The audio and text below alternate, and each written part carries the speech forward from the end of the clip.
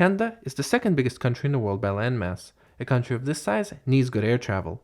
Currently, domestic transatlantic routes are served by Air Canada, WestJet, Air Transat, Flair, Swoop, and Lynx. Some say this is a crowded field. However, Canada Jetlines, a new airline, does not think so.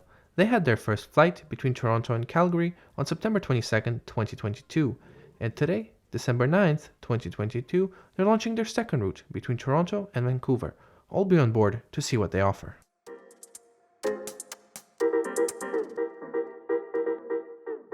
Good very early morning from Terminal 3 at a busy Toronto Pearson Airport. My name is Elman, and I'm here to catch a flight on a new Canadian airline, Canada Jetlines, on their brand new route from Toronto to Vancouver.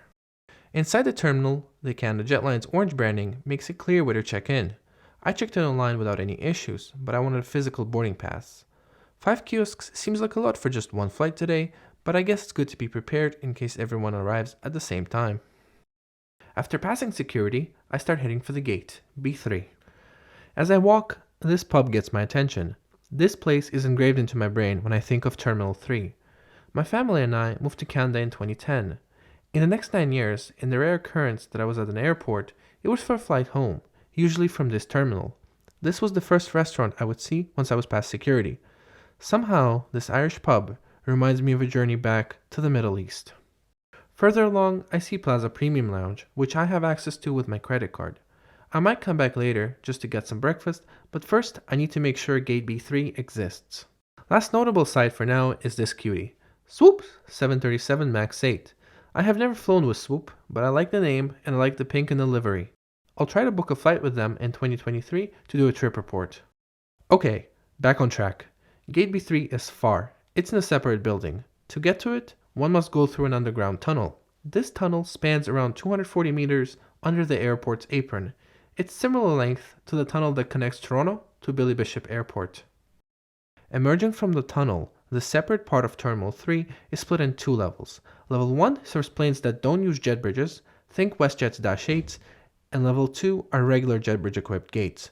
After confirming the existence of Gate B3, I can trek back to the Plaza Premium Lounge to get some food. The lounge was full of people, so I didn't record it. Here are the pictures I got from their website. I can confirm that these images are true to life. Here's what I got for breakfast. I'll eat this while enjoying this great view that this lounge offers.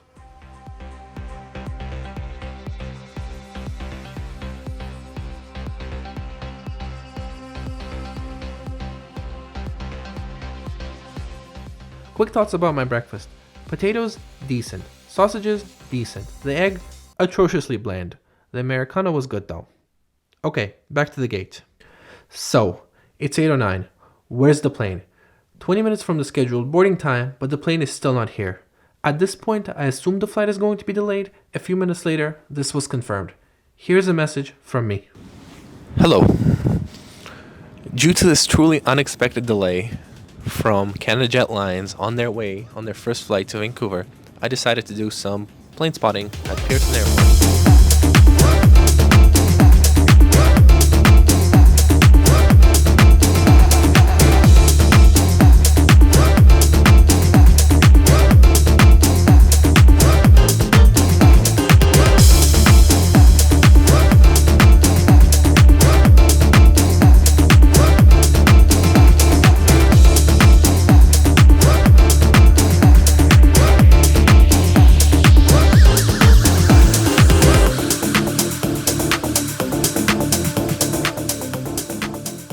Look who has arrived. It's our ride to Vancouver. I like the livery Jetlines went with. Vibrant orange at the front and on the engines, sky blue in the back, and a cute logo named Frank on the tail. This is the first plane Canada Jetlines took delivery of. Before Jetlines, this aircraft was operated by Avianca for 6 years, and then another 6 years by Pegasus. At this point, Jetlines have 2 of these, and they have plans to expand their fleet to 15 planes by 2025. Eventually, boarding started. Boarding takes place from back to front. I made my way through the gate bridge. Once I was in the plane, I was warmly greeted by a very friendly flight attendant. The boarding process was quick, thanks to a load factor of, I would guess, 50 to 65%. Also, boarding last rows first seems to be efficient. My seat for the next 5 hours will be 2F, which is a regular seat, but it has almost 2 windows. I chose my seat prior to check-in. It was not cheap, $45. I wouldn't usually do that, but since I was recording, I decided to splurge to secure a seat with an engine view. With the boarding commencing at 9:30, that's an hour behind schedule. Over the PA it was announced that the winds are on our team and will help push the plane along faster toward Vancouver. But, sorry to spoil you, we'll end it an hour later than scheduled. Personally, I'm so used to delays on Canadian Airlines, especially out of Pearson, I'm completely numb to it. At 10:06, we're getting pushed back. Not a lot of traffic at Pearson today meant that we're lined up for takeoff quicker than usual.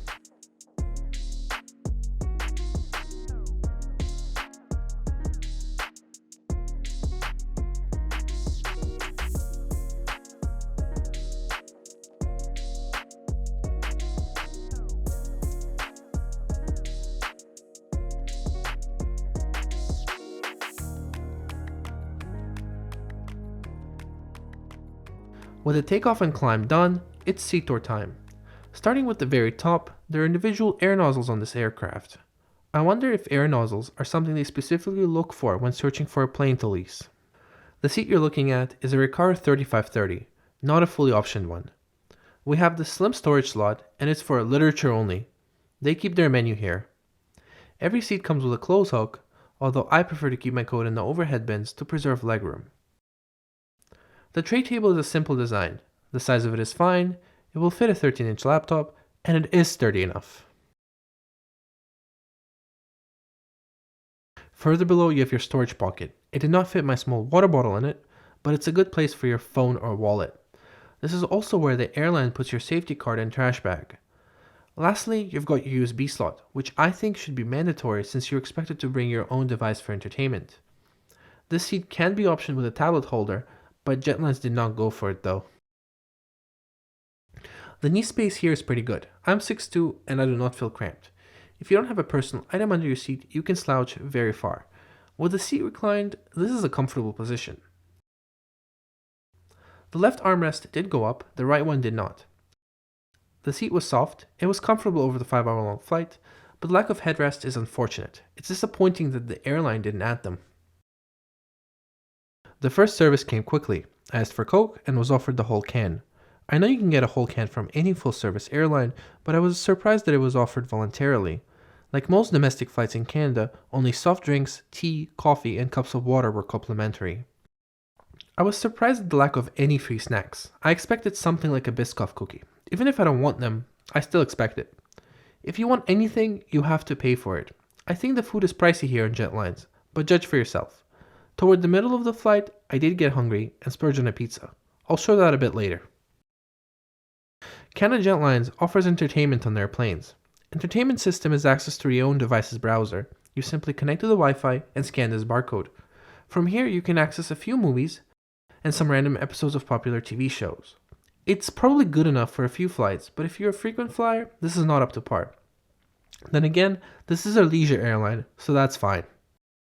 If the map is your entertainment, or you just want to know where you are and when you will land, you can check out the moving map. That is, if it works. Mine did not. Time was going by fast while I was watching Friends. About 90 minutes after the first service, the second service came around. I asked for a cup of water and ordered the pizza. I was very curious of what pizza on a plane would look like. The flight attendant came maybe 5 minutes later with the pizza. It was not authentic, but I think that is the reality of being on a plane though. Unfortunately, ingredients-wise, it was too much dough compared to the tomato sauce and cheese. It was also very oily. I would say it's alright for airplane food, but I would not order it again. With the meal done, let's check out the lavatory. Hello from a very stunning-looking Airbus A320 lavatory. There's a deep sink with a water faucet that works, a soap dispenser that does not work, instead you get bottled liquid hand soap by Purist, and hand sanitizer. Box of Kleenex, paper towels, garbage chute, toilet paper, baby changing table, and the highlight of them all, the large mirror for capturing of fit pics. Coming out of the bathroom, I asked the flight attendant if I could sit at the bulkhead for a bit and was allowed. Let's do a quick tour. Knee room here is great, but in terms of stretching your legs, I think it's very comparable to the seats behind you if you don't have anything under the seat in front of you. In the front row, you don't have a choice between a stretching room or storage for your backpack. For that reason, I usually don't book bulkhead seats. Like most other bulkhead seats, the tray table is in the armrest. That means the armrest will now go up and the seat is narrower than the seats behind. Also, front row is reserved for only the most expensive fare type called Jetlines.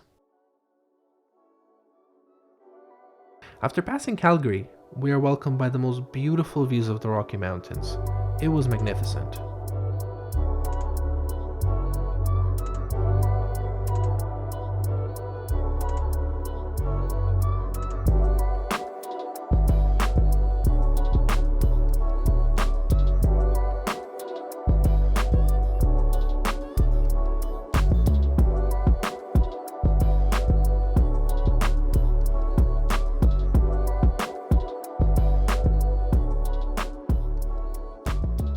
As we leave the beautiful mountains and start descending into rainy Vancouver, let me compile my final thoughts about Canada Jetlines. To be on this flight, I paid $89.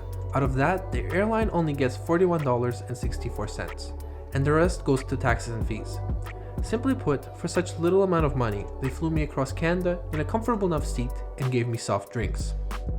To expand on that, the hard product was good. Their choice to lease an A320 instead of a narrow 737 is a good one, as it means more space for passengers. The seat itself is also good, but I am disappointed that they did not install headrests. It would greatly improve comfort on a long flight like this one. For a leisure airline, the entertainment system is fine, but in the future I hope they can add more content to the catalog. I also have to mention that the flight attendants on this flight were great. They were really friendly and helpful. In terms of onboard service, I think Canada Jetlines is competing with Air Canada and WestJet. Considering that on this route, Toronto to Vancouver, Air Canada and WestJet charge around $128 to $150 for a basic economy ticket. Canada Jetlines is a good value at $89. However, it seems that for future flights, Canada Jetlines wants to charge at least $125. Prices of airplane tickets can be random, so I'll say this. Based on my flight today, I would be happy to fly with Canada Jetlines again, but they would have to be cheaper than Air Canada and WestJet for me to book a flight with them.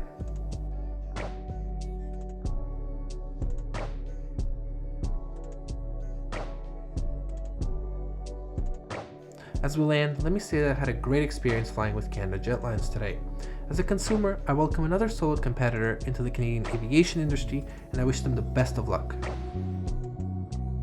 If you enjoyed this video, hit the like button, and if you want to see more, subscribe to the channel. See you on the next one.